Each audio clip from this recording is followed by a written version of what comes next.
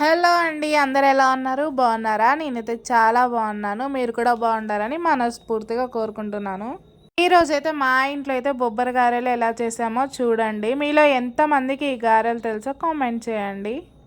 అలాగే వీడియో నచ్చితే ఒక లైక్ కూడా చేయండి. ముందుగా బొబ్బర్లను అయితే 4-5 గంటల పాటు నానబెట్టుకోవాలన్నమాట.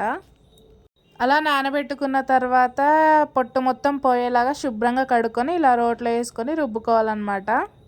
దాంట్లోనే పచ్చిమిర్చి, కరివేపాకు, ఎల్లిపాయలు, జీలకర్ర వేసి మంచిగా నూరుకోవాలి కచ్చాపచ్చాగా. అందులోనే అల్లం కూడా వేసి మంచిగా నూరుకోండి. అల్లం పేస్ట్ కాకుండా విడిగా ఉన్నదైతే వేసుకుంటే చాలా బాగుంటుంది. అందులో కొత్తిమీర కూడా కొంచెం వేసుకొని మంచిగా నూరుకోండి. ఇప్పుడు ఈ పిండి కారం మొత్తం మంచిగా కలిసేలాగా కలుపుకోవాలన్నమాట. అలాగే ఉప్పు కూడా యాడ్ చేయండి. ఇలా రుబ్బుకున్న తర్వాత మంచిగా రోట్లో నుంచి ఎత్తుకొని ఒక గిన్నెలో వేసుకోండి.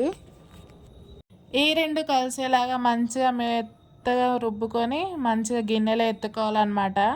దాని తర్వాత ఇలా గారెల్లాగా చేసుకుంటే రెడీ అయిపోతుంది. గారెలు చూసారా ఎంత బాగున్నాయో? మీరు కూడా ట్రై చేయండి. ఎలా వచ్చాయో చెప్పండి. బాయ్.